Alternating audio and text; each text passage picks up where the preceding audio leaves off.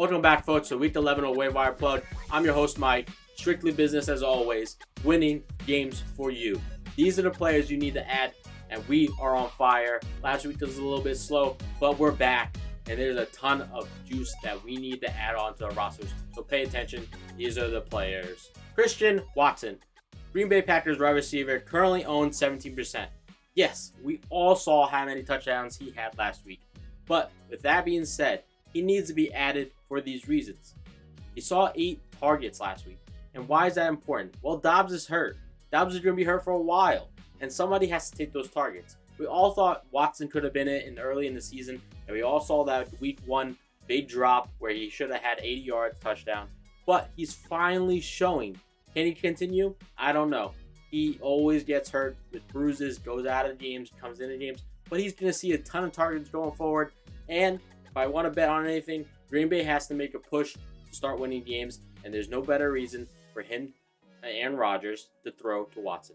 So add him up. Now, this next player is strictly added because of how good his QB has been playing.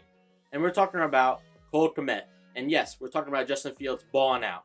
He's averaging over 100 yards rushing per game. And why is this important? Because guess what? Justin Fields is the exact reason why Cole Kmet is actually playing good finally. Now, what does this mean going forward? I think Justin Fields can continue balling. They finally have a game plan for him. They're finally using his athleticism. And that will lead to Cole Kmet continue seeing the targets, the catches, and the touchdowns all year round. So, the last 2 weeks, he's had 13 targets, 9 catches, 115 yards, and 4 touchdowns in the last 2 weeks. And this is huge. Scramble plays equals opportunity down the field. And he's going to see it going forward. Ertz is originally going to go to the IR this past week after that knee injury. And there's no better tight end right now to add going forward. Play him up. He plays against the Falcons this week. Huge game. You'll thank me later. Now, this player going forward is kind of a switch of power between an old running back to the new. And this player is Rashad White. 55% owned. It's a little high. And all these players are a little high because guess what? These are players that already seen some opportunity but are not quite there yet. And why are we adding him? Past week has been the first game he's seen more than 10 carries. And this is important. Why? Because Fournette is stinking it. And the Bucs need to win if they have a chance to make it to the playoffs. With that being said, last week, 22 rush attempts. And he averaged 4.7 yards per game. For a total of 105 yards. And this is huge.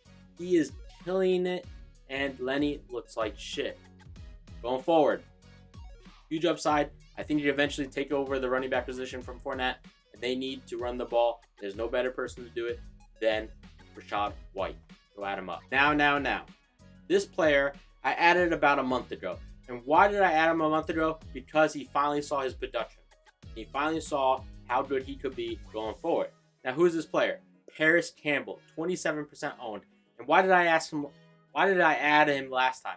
That's because big plays, and he had Matt Ryan throwing the ball. He finally saw targets, and he was finally on the field. And the coaching staff and all the writers said he was good to go going forward. Why did he not succeed? Well, they benched Matt Ryan. Matt Ryan is now going to be the starter going forward, and he needs to be added. Last week, he had 9 targets, 7 catches for 76 yards, and a touchdown. And that's huge. And I think he will continue to show this going forward. Why? Because Matt Ryan is throwing him the ball. And what else does that mean? JT is finally back healthy, and he had a huge game. The play action will be there, and he will continue to be the deep threat for this offense.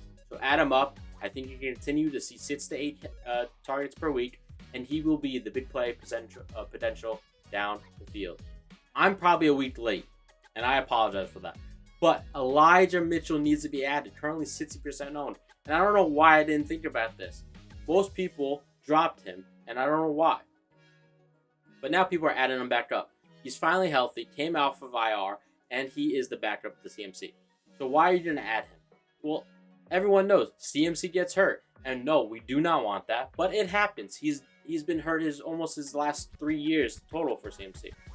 And why you're going to add him going forward is because he saw 18 carries for 89 yards last game. And no, it was not a blowout game. He is going to continue seeing carries with CMC on the field. CMC is a pass catching back, plays wide receiver, he plays everything else all around the field. And Elijah Mitchell is a strictly running back for the most part. But they could both be featured at the same time.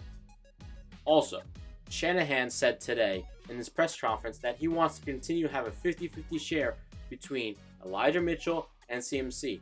And Mitchell can always break one away. He has a huge play potential. He is fast, agile, and elusive. So add him up. He can have a huge game like he did last week with 18 carries for 89 yards, and you'll love it.